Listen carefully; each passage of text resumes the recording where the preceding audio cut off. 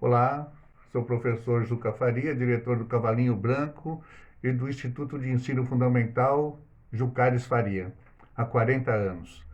Hoje nós vamos conversar um pouco sobre os conhecimentos da humanidade, que de início demorou a partir do ano 1 depois de Cristo, 1500 anos para dobrar o número de conhecimentos dessa humanidade. Depois disso, de 1500, só foi dobrar novamente em 1750. E depois disso, só por volta do ano 1900, quando teve o advento da Primeira Guerra Mundial, passou os conhecimentos a dobrarem a cada 25 anos. E agora, no ano de 2020, a projeção dos conhecimentos da humanidade é de que eles dobrem a cada 73 dias. O que significa isso? No início, logo depois do nascimento de Cristo, né? Jesus Cristo, que dividiu a história da humanidade em duas, antes de Cristo e depois de Cristo. Então, desse depois de Cristo até por volta de 1500, tudo aquilo que uma criança precisava aprender era a família que ensinava. Alguém que era filho de um ferreiro aprendia com o pai a ser ferreiro e a ser ferreiro a vida inteira. Alguém que era filho de um padeiro aprendia com o pai a profissão de padeiro e ia fazer pão o resto da vida. Mas, ao mesmo tempo, aqueles que tinham a sorte de nascer na corte aprendiam com os pais todos os trâmites da alta corte, da nobreza, e mais tarde receberiam a coroa. Ou seja, tudo aquilo que era necessário a própria família ensinava. Mas depois, com os conhecimentos da humanidade dobrando a cada 250 anos, houve a necessidade do surgimento das escolas. E a primeira que se tem notícia é no ano de 1300. No Brasil, somente em 1549 nós fomos ter a primeira escola. Por quê? Já era impossível, por tantos conhecimentos da humanidade, a própria família ensinar aos filhos. Havia necessidade da escola e dos professores. Mas agora nós estamos caminhando para uma coisa que se chama educação permanente. É aquela em que os pais e a escola têm que se unir para desenvolver na criança o gosto pelo aprender. Porque não há família e não há escola no mundo que seja capaz de dar à criança todos os conhecimentos necessários para que ela vença na vida. Há necessidade de uma educação permanente, aquela que não é feita só na escola, que é também feita em casa. E a internet veio para nos ajudar nesse sentido. O analfabeto, daqui a alguns anos, não serão aqueles que não sabem ler, serão aqueles que não sabem aprender, a reaprender, a estar aberto às novas tecnologias. E esse momento em que o ensino à distância está sendo uma opção de segurança para as crianças, há necessidade mesmo do pai, da mãe, dos professores darem o melhor de si, porque é uma época de transição entre aquelas que foram só a família ensinando, depois a família e a escola, depois a escola e agora a necessidade de que o aluno busque os seus conhecimentos de uma forma alegre, divertida, como nós estamos tentando passar para os alunos através do ensino à distância dos Jucares. Bem, aí entra a figura importantíssima do pai e da mãe. Quando eu estiver falando pai, estou me referindo também à mãe. É como que daqui a 2 dias nós vamos comemorar o Dia dos Pais, então vamos puxar a sardinha um pouco para a figura masculina. O meu pai é esse aqui na foto, no meio de duas pessoas. O nosso amigo o Maír, que era pedreiro, aqui o José Luiz, o Juca, com milhares de cabelos a mais e dezenas de quilos a menos, nós estávamos ali cavando a entrada da escola do Cavalinho Branco. Isso em 1979. Não existe um cantinho da nossa escola que não tem uma gotinha do suor do meu pai e da minha mãe. E sempre dando exemplo, sempre nos ajudando, eu e a Iris, em todos os momentos de nossa vida. Passados 18 anos da inauguração do Cavalinho Branco, a pressão dos pais para que nós tivéssemos o fundamental era muito grande. E nós resolvemos então colocar em prática e começamos a construir algumas classes que seriam o Jucários Faria.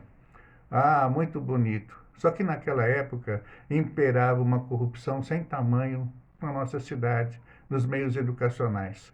Para você abrir uma nova escola, você tinha que soltar muito cascalho, porque senão encontrava um pelo em ovo a todo momento. E foram dezenas e dezenas de vezes em que nós fomos barrados por conta de alguma coisa, a luminosidade, a altura da classe e assim por diante.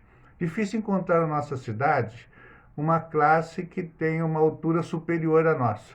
Não existe. Por quê? Foram tantas implicações que nós resolvemos fazer lá 50 centímetros a mais do que a lei exigia. Mas teve um dia em que eu bambiei. Vieram para fazer a análise, a supervisão, e ali encontraram aquela escada, aquele corredor que vai para onde é a secretaria da escola, uma diferença, pasmem, de 4 milímetros. Isso mesmo, menos de meio centímetro. E eles não aprovaram o início da nossa escola para 97 por conta disso. Era o horário da janta, quando o pessoal da supervisão foi embora, eu, de cabeça baixa, eu vou dizer para vocês, o olho cheio d'água, de tanta injustiça, de tanta safadeza. E o meu pai olhou para mim e disse assim: "Você vai desistir, meu filho?" Eu falei: "Não, pai, de jeito nenhum, só que essa foi realmente uma paulada na gente." Eu e a Iris pegamos as nossas filhas e fomos para casa. No dia seguinte, levantamos bem cedo. Era 6 horas da manhã, nós já estávamos na escola. Íamos arrancar aquele piso, ia deixar larguinho do jeito que eles queriam lá, deixar lá uns 2, 3 centímetros a mais, como fizemos na altura. Mas, para nossa surpresa, quando nós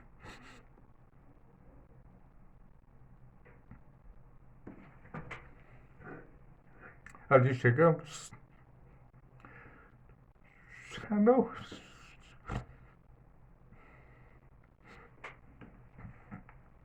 existia mais piso nenhum. Meu pai e minha mãe, já próximos dos seus 70 anos, passaram a noite com marreta, picareta, alargando aquele corredor.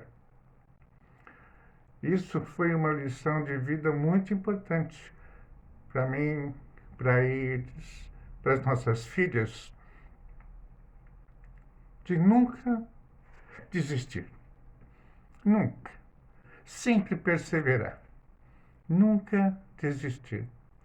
Então eu vejo assim, com muita tristeza, quando em televisão ou quando na internet a gente vê assim: esse é um ano perdido. Devia cancelar a escola, voltar só em 2021. Que ano perdido, gente?